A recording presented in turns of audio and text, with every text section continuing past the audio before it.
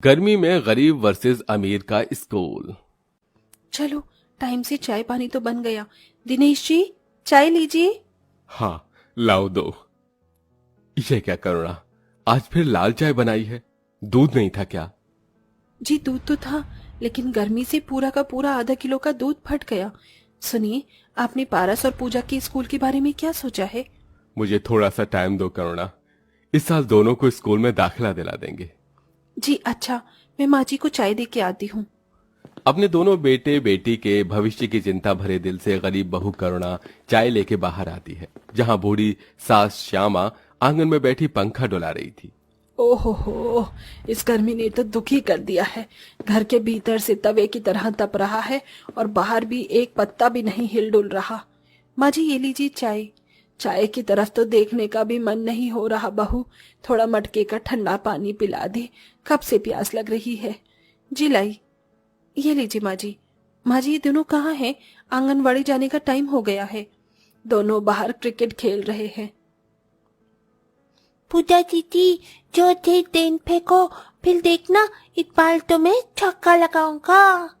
अच्छा बच्चों, तो फिर ये ले। पारस जैसे ही बल्ला घुमाता है, बॉल पड़ोस के बंगले का कांच तोड़कर अंदर चली जाती है, जहां मालिनी अपने बेटे आर्यन को पढ़ा रही थी। 2 1 जा 2, 2 2 जा 4, 2 1 जा 2, 2 2 जा 4। यक, ये कीचड़ में सनी हुई बॉल कहाँ से आई? इन गरीबों के बच्चों ने तो नाक में दम कर दिया है। आज तो इन बदमाशों की खैर नहीं।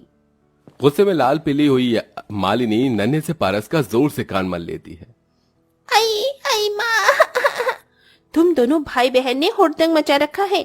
अच्छी खासी सोसाइटी में खुद तो पढ़ते लिखते नहीं हो और मेरे बच्चों को भी डिस्टर्ब कर रखा है। माँ बचाओ।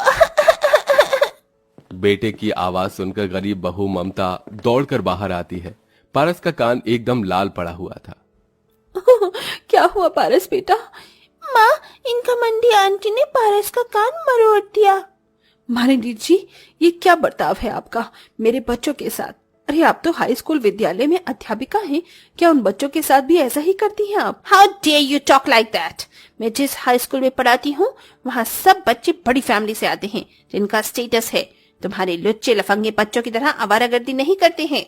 मालिनी अपने पैसे, अमीरी और टीचर होने की पोस्ट का घमंड दिखाकर चली जाती है, क्योंकि करुणा की पारिवारिक स्थिति खास अच्छी भली नहीं थी। जबकि मालिनी का इकलौता बेटा था, जिसे वो बड़े प्राइवेट स्कूल में पढ़ा रही थी। उसकी महीने भर की फीस ही 50,000 थी, जबकि गरीब दिनेश के दिन की कमाई 200 और 300 रुपए थी, जिसमें खाना पीना करना ही भारी था। अपनी गरीब हैसियत के हिसाब से करुणा और दिनेश दोनों को सरकारी स्कूल में अपने बच्चे का दाखिला दिलाना पड़ता है। गर्मी के मौसम के लिए वहां कोई भी सहूलियत नहीं थी। कक्षाओं के नाम पर एक ही टीन की छप्पर थी, जिसमें सभी गरीब बच्चे जलती हुई जमीन में बैठते हैं। करुणा जी, आपकी दोनों बच्चों का नाम लिख गया है, कल से ये स्कूल आ सकते हैं। पर करुणा के मन में स्कूल की बुरी दशा को देखते हुए प्रश्न उठ रहा था। मास्टरनी जी, ये जगह तो कितनी गर्म है और गर्मी इतनी ज्यादा, बच्चे कैसे बैठेंगे? कोई पंखा भी नहीं लगा है यहाँ तो। ये सुनकर टीचर कविता बड़े ही कड़वे बर्ताव से बोलती है। ओह मैडम, ये ना सरकारी स्कूल है, यहाँ तो इतना ही मिलेगा। बच्चे पढ़ाने हैं तो पढ़ाओ, वरना लेके जाओ। करुणा डबडबाई आंखों से अपने बच्चों के सिर को सहलाकर बोली।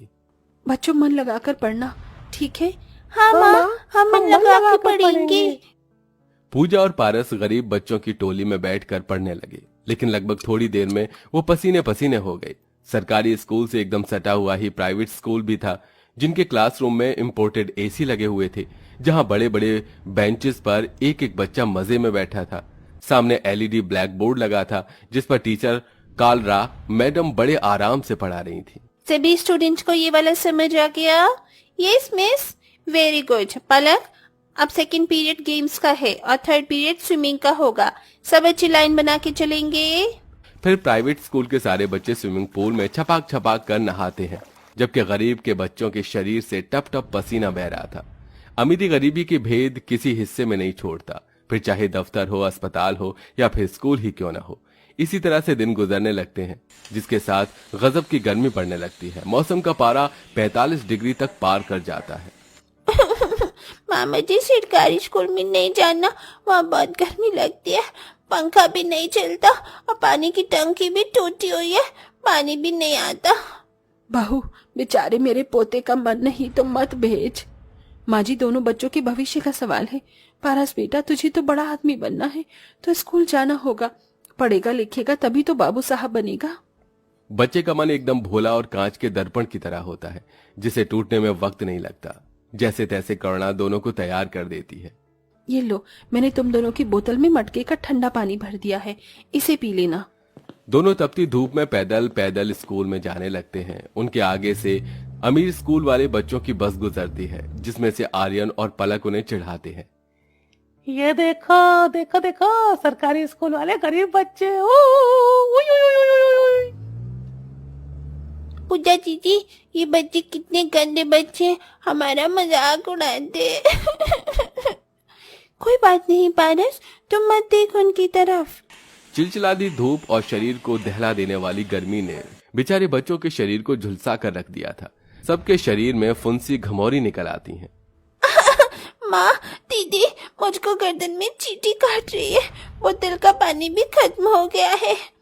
पारस देख, मैडम जी की बोतल में ठंडा बर्फ वाला पानी है, मैं उनसे मांगती हूँ। मैडम जी, थोड़ा पानी दे दो, हमको प्यास लगी है, बस 2 घूंट ही पियेंगे।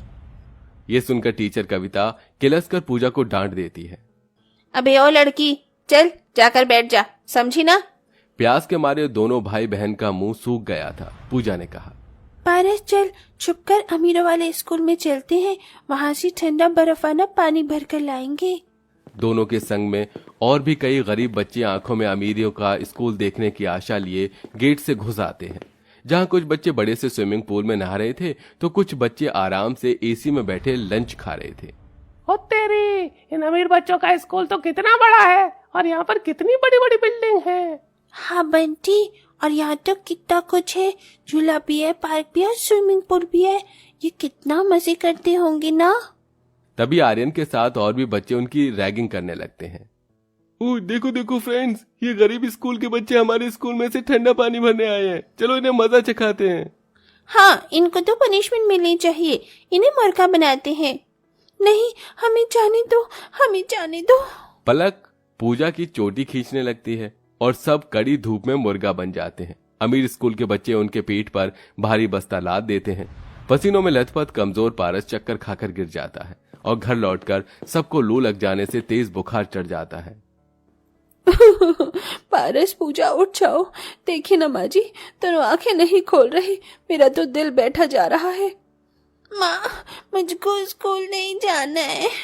मेरा लाल, तुझे स्कूल नहीं भेजेंगे, अब उठ जा बेटा। धीरे धीरे दोनों की तबीयत सुधर जाती है, पर दोबारा से कड़ी धूप गर्मी में पड़ने की कठिनाई उन्हें उठानी पड़ रही थी। इधर एक दिन जब आर्यन स्कूल से घर आता है तो बंगला बंद होता है। मम्मी तो अब तक आ जाती हैं, कितनी तेज धूप हो रही है। थोड़ी देर तक तो थर्मस का पानी पी के वो रहता है, लेकिन चिलचिलाती धूप और जल रही थी। लू से वो बेहोश हो जाता है। हे भगवान, मालिनी मैडम जी का बच्चा तो बेहोश हो गया है, लगता है घर पे कोई नहीं है। करुणा उसे झोपड़ी में लाके बिस्तर पर लेटाकर पंखा करने लगती है। बहू देख, उसे होश आ गया। आर्यन तुम ठीक हो? रुको, मैं तुम्हें मटके का ठंडा पानी देती हूँ, ये लो। दरवाजे से खड़ी होकर मालिनी प्रेम जताते देखकर पछतावे भरे दिल से बोलती है, आर्यन, मेरा बच्चा तो ठीक तो है? हाँ mummy, I am okay. Aunty और पूजा पारस ने मेरी केयर की। करुणा, मुझे माफ कर दो, मैंने उस दिन तुम्हारे बच्चों के साथ कितना बुरा बर्ताव किया, और तुमने मेरी एब्सेंट में मेरे बच्चे को अपने बच्चे की तरह प्यार किया, ख्याल रखा। मालिनी जी, आप मेरी पड़ोसी हैं, एक पड़ोसी दूसरे पड़ोसी के काम नहीं आएगा तो कौन आएगा? तो फिर अब मुझे भी तुम्हारे काम आने दो, मैं तुम्हारे बच्चे को अमीर स्कूल में डाल दूंगी, और तुम्हें एहसान लगेगा, मगर मैं गरीब स्कूल को बनाकर इन दोनों के साथ हजारे बच्चों का भला तो कर सकती हूँ। उससे हर बच्चे का भविष्य सुधरेगा और उन्हें गर्मी में पसीना पसीना होके नहीं पढ़ना पड़ेगा। मालिनी अमीर स्कूल की हेड थी, उसके पास बहुत पैसा था, जिसे वो गरीब स्कूल में पक्के कमरे बनवाती है और पंखा भी लगवाती है, जिसके साथ वो रोज ही अपने बेटे के साथ करुणा के गरीब बच्चों को भी स्कूल छोड़ते हुए जाती, जिससे गरीब स्कूल पहले की तरह नहीं रह जाता है।